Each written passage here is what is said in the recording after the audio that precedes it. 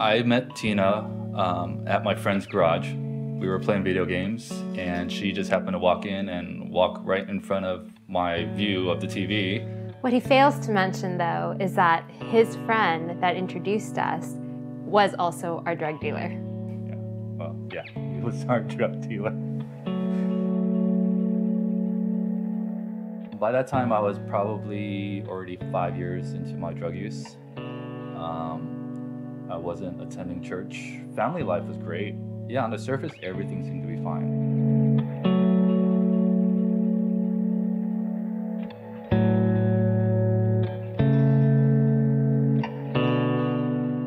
At that point in time, when I had met Young, I was a good student, just had this secret obsession and secret life of partying and, having drugs. Yeah, when the drugs were plentiful, our relationship was good. When the drugs were hard to get, our relationship was bad. I was getting tired of just the secret obsession. I was tired of the up and downs, and my mother had approached me, and she didn't know what was going on in my life, but she had suggested that I go visit Saddleback. And I went to Saddleback Church without Young. I felt so motivated and so encouraged. But then I would go back into my lifestyle and would, forget about what was said that Sunday and dip back in. Every time I hit a low, I would come back to Saddleback Church, and Pastor Rick would speak a message that I felt was just specifically for me. And I would feel that God was calling me for something greater. There was some greater purpose in my life.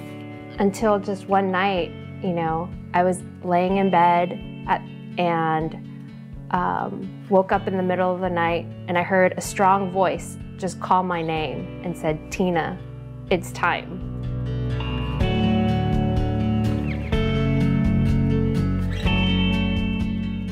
And so starting from that day forward, I just decided for that day I wouldn't use drugs.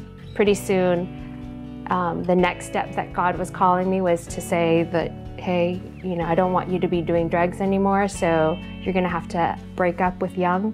So I said, I'm going down this path.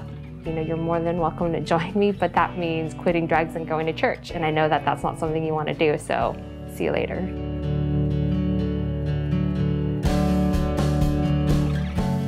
I didn't want to lose her. I wanted to stay with her, even if it meant giving up drugs. I think I loved her that much. I loved her more than I loved my drugs. But it wasn't as easy for me to give everything up. So Young came to me and said, I choose us, and I will do what you say that needs to get done. I'll get sober. I'll start going to church with you. Let's not break up. We ended up getting engaged in December. One of the other things that I thought was really important in getting our marriage off on the right track was to do premarital counseling at Saddleback. I didn't think we had that many problems to actually have to work out, but anything for her. I wanted our relationship to actually really succeed, so I said yes.